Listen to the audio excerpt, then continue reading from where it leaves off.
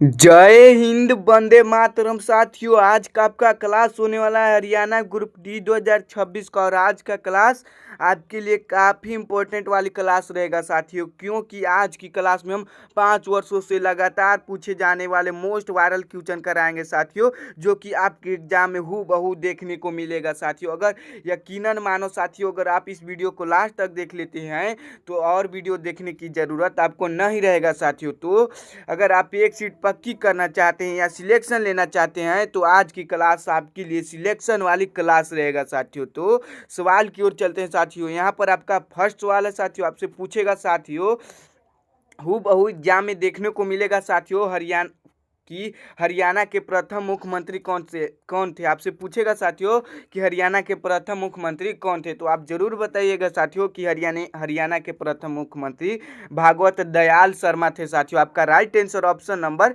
ए हो जाएगा साथियों। और यहाँ से ये भी पूछता है साथियों कि हरियाणा कब आज़ाद हुआ था। तो हरियाणा 1 नवंबर 1966 को आज़ाद हुआ था साथियों। और ये भी पूछ सकता है साथियों कि हरियाणा दिवस कब मनाया जाता है। तो हरियाणा दिवस 1 नवंबर को मनाया जाता है साथियों। आप सारे क्वेश्चन को नोट करते चलिएगा साथियों। नेक्स्ट सवाल की ओर चलते हैं साथियों।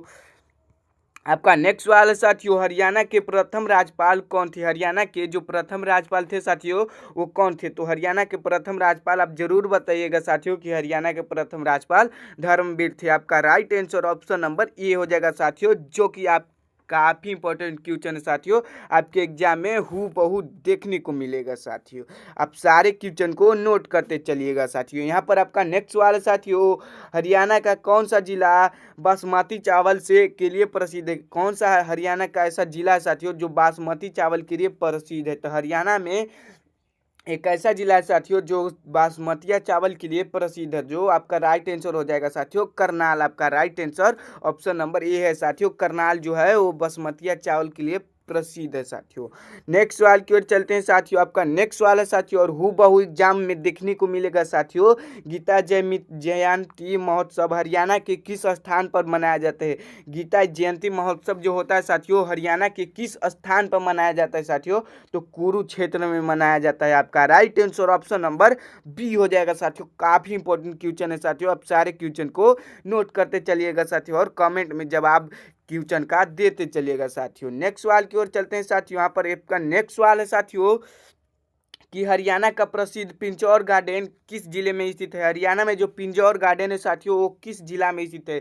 तो हरियाणा में पिंजौर गार्डन जो स्थित है साथियों, आपको बता दें साथियों, पंचकुला में स्थित है। आपका राइट आंसर ऑप्शन नंबर ये हो जाएगा साथियों, हरियाणा का प्रसिद्ध पिंजौरा गार्डन पंचकुला में स्थित है साथियों। नेक्स्ट सवाल की ओर चलते हैं साथियों। आपका नेक्स्ट सवाल है साथियों, हरियाणा का कौन सा शहर पीतल उद्योग के लिए प्रसिद्ध है। हरियाणा में ऐसा कौन सा शहर है साथियों जो पीतल उद्योग के लिए प्रसिद्ध है। तो आप जरूर बताइएगा साथियों कि हरियाणा में ऐसा कौन सा शहर है जो पीतल उद्योग के लिए प्रसिद्ध है। तो रेवाड़ी हो जाएगा साथियों। आपका राइट आंसर ऑप्शन नंबर ये है साथियों, रेवाड़ी जो है वो पीतल के लिए हरियाणा में प्रसिद्ध है साथियों। नेक्स्ट सवाल की ओर चलते हैं साथियों। नेक्स्ट सवाल है साथियों, शेख चिली का मकबरा हरियाणा के किस जिले में स्थित है। शेख चिली के मकबरा साथियों हरियाणा के किस जिले में स्थित है। तो जरूर बताइएगा साथियों, शेख चिली का मकबरा जो स्थित है वो कुरुक्षेत्र में स्थित है साथियों। आपका right answer option number A हो जाएगा साथियों। नेक्स्ट सवाल की ओर चलते हैं। आपका नेक्स्ट सवाल है साथियों, यहाँ पर आपसे पूछेगा हूबहू देखने को मिलेगा साथियों कि हरियाणा की प्रमुख रबी फसल कौन सी है। आपसे पूछेगा साथियों कि हरियाणा की प्रमुख रबी फसल कौन सी है। तो हरियाणा की प्रमुख रबी फसल जो है साथियों गेहूं है साथियों। आपका राइट आंसर ऑप्शन नंबर ये हो जाएगा साथियों, हरियाणा की प्रमुख रबी फसल गेहूं है साथियों। नेक्स्ट सवाल की ओर चलते हैं साथियों। आपका नेक्स्ट सवाल है साथियों, आपसे पूछेगा एग्जाम में हूबहू देखने को मिलेगा साथियों कि हरियाणा में कलेसर राष्ट्रीय उद्यान किस जिले में स्थित है। हरियाणा में कलेसर राष्ट्रीय उद्यान किस जिला में स्थित है साथियों। तो आप जरूर बताइएगा साथियों कि यमुनानगर में स्थित है साथियों। आपका right answer option number B हो जाएगा साथियों, कले राष्ट्रीय उद्यान जो है वो यमुनानगर में स्थित है साथियों, यमुनानगर जिले में स्थित है। नेक्स्ट सवाल की ओर चलते हैं साथियों। आपका नेक्स्ट सवाल है साथियों, हरियाणा की प्रसिद्ध लोक नृत्य शैली कौन सी है? हरियाणा में लोक नृत्य शैली सबसे प्रसिद्ध कौन सी है साथियों? तो सबसे प्रसिद्ध लोक नृत्य शैली जो है साथियों वो धमाल है। आपका right answer option number B हो जाएगा साथियों, जो कि काफी इंपॉर्टेंट क्वेश्चन है साथियों। आपके एग्जाम में हूबहू देखने को मिलेगा साथियों। सारे क्वेश्चन को नोट करते चलिएगा और कमेंट में जरूर बताइएगा साथियों कि आपका अभी तक कितना क्वेश्चन सही हुआ साथियों। नेक्स्ट सवाल की ओर चलते हैं साथियों। आपका नेक्स्ट सवाल है साथियों कि भारत का संविधान कब लागू हुआ था? भारत का संविधान कब लागू हुआ था साथियों? तो आप जरूर बताइएगा साथियों कि भारत का संविधान कब लागू हुआ था। तो आपको बता दें साथियों कि भारत का संविधान 26 जनवरी 1950 को लागू हुआ था साथियों। और भारत कब आज़ाद हुआ था साथियों, ये भी पूछेगा साथियों। तो 15 अगस्त 1947 को हमारा भारत आज़ाद हुआ था साथियों। नेक्स्ट सवाल की ओर चलते हैं साथियों। नेक्स्ट सवाल है साथियों, भारतीय संविधान सभा के अध्यक्ष कौन है? आपसे पूछेगा साथियों, एग्जाम हॉल में आपको हूबहू देखने को मिलेगा साथियों कि भारतीय संविधान सभा के अध्यक्ष कौन थे? भारतीय संविधान सभा के अध्यक्ष डॉक्टर राजेंद्र प्रसाद थे साथियों। आपका right answer option number A हो जाएगा साथियों, जो कि काफी इंपॉर्टेंट क्वेश्चन है। आप सारे क्वेश्चन को नोट करते चलिएगा साथियों। नेक्स्ट सवाल है साथियों, आपका नेक्स्ट सवाल देखने को मिलेगा साथियों कि भारत का राष्ट्रीय गीत कौन सा है? भारत का राष्ट्रीय गीत कौन सा है साथियों? तो भारत का राष्ट्रीय गीत वंदे मातरम है साथियों। आपका right answer option number B हो जाएगा साथियों। और कमेंट में जरूर बताइएगा साथियों कि किस किस को पता था साथियों कि भारत का राष्ट्रीय गीत वंदे मातरम है। नेक्स्ट सवाल की ओर चलते हैं साथियों। आपका नेक्स्ट सवाल है साथियों, भारत का राष्ट्रीय चिन्ह किसे कहा जाता है? भारत का राष्ट्रीय चिन्ह किसे कहा जाता है साथियों? तो भारत के राष्ट्रीय चिन्ह सारनाथ के सिंह स्तंभ को कहा जाता है साथियों। आपको बता दें साथियों, स्तंभ को सारनाथ के सिंह स्तंभ यानी 3 शेर वाला मुंडी को कहा जाता है साथियों। नेक्स्ट सवाल की ओर चलते हैं साथियों। आपका नेक्स्ट सवाल है साथियों, लौह पुरुष के नाम से किन्हें जाना जाता है? यानी लौह पुरुष के नाम से किसे जाना जाता है साथियों यानी लौह पुरुष के नाम से सरदार वल्लभ भाई पटेल को जाना जाता है साथियों। आपका right answer option number B हो जाएगा साथियों, लौह पुरुष के नाम से सरदार वल्लभ भाई पटेल को जाना जाता है। आपका नेक्स्ट सवाल की ओर चलते हैं साथियों। आपका नेक्स्ट सवाल है साथियों, जलियांवाला बाग हत्याकांड किस वर्ष हुआ था साथियों? जलियांवाला बाग हत्याकांड जो हुआ था साथियों किस वर्ष हुआ था साथियों? तो 1919 में हुआ। और इसका छोटा डेट भी पूछता है साथियों, 13 अप्रैल 1919 को जलियांवाला बाग हत्याकांड हुआ था साथियों। आपका राइट आंसर यहाँ पर ऑप्शन नंबर बी हो जाएगा साथियों। आप सारे क्वेश्चन को नोट करते चलिएगा साथियों। आपका नेक्स्ट सवाल है साथियों, भारत छोड़ो आंदोलन किस वर्ष शुरू हुआ था? भारत छोड़ो जो आंदोलन शुरू हुआ था साथियों वो कौन सा वर्ष हुआ था साथियों? तो 1942 में भारत छोड़ो आंदोलन प्रारंभ हुआ था साथियों। आपका right answer option number C हो जाएगा साथियों, भारत छोड़ो आंदोलन 1942 में हुआ था साथियों। आपका right answer option number C हो जाएगा साथियों। नेक्स्ट सवाल की ओर चलते साथियों, स्वराज मेरा जन्म सिद्धांत अधिकार है किसने कहा था? किसने कहा था साथियों? स्वराज मेरा जन्म सिद्ध अधिकार है किसने कहा था साथियों? तो आप जरूर बताइएगा साथियों कि बाल गंगाधर तिलक ने कहा था। आपका right answer option number A हो जाएगा साथियों। नेक्स्ट सवाल की ओर चलते हैं। आपका नेक्स्ट सवाल है साथियों, आपसे पूछेगा साथियों कि भारत का सबसे ऊंचा पर्वत शिखर कौन सा है? आप जरूर बताइएगा साथियों कि भारत का सबसे ऊंचा पर्वत शिखर जो है साथियों वो आपका कंचनजंगा है साथियों। आपका right answer option number B हो जाएगा साथियों, भारत का सबसे ऊंचा पर्वत शिखर कंचनजंगा है साथियों। नेक्स्ट सवाल की ओर चलते हैं साथियों। आपसे पूछेगा साथियों, हूबहू देखने को मिलेगा साथियों कि भारत की सबसे मीठी पीने वाली झील कौन सी है? भारत की सबसे बड़ी मीठे पानी का झील कौन सा है साथियों? तो जरूर बताइएगा साथियों, भारत की सबसे बड़ी मीठे पानी की झील कौन सी है? तो जरूर बताइएगा साथियों कि बुल्लर झील है। आपका right answer option number A हो जाएगा साथियों, जो कि काफी इंपॉर्टेंट क्वेश्चन है साथियों। आप सारे क्वेश्चन को नोट करते चलिएगा। यहाँ पर आपका नेक्स्ट सवाल है साथियों, आपसे पूछेगा कि पौधे में भोजन बनाने की प्रक्रिया क्या कहलाती है? पौधे में भोजन बनाने की प्रक्रिया क्या कहलाती है साथियों? तो पौधे में भोजन बनाने की प्रक्रिया प्रकाश संश्लेषण कहलाता है साथियों। आपका right answer option number B हो जाएगा साथियों, जो कि काफी इंपॉर्टेंट क्वेश्चन है साथियों। आप सारे क्वेश्चन को नोट करते चलिएगा। आपका नेक्स्ट सवाल है साथियों, मानव शरीर में ऑक्सीजन का परिवहन कौन करता है? मानव शरीर में ऑक्सीजन का परिवहन कौन करता है साथियों? तो मानव शरीर में ऑक्सीजन का परिवहन लाल यानी रेड ब्लड सेल कहते हैं साथियों, लाल रक्त कणिकाएं परिवाहित करती है साथियों। नेक्स्ट सवाल की ओर चलते हैं साथियों।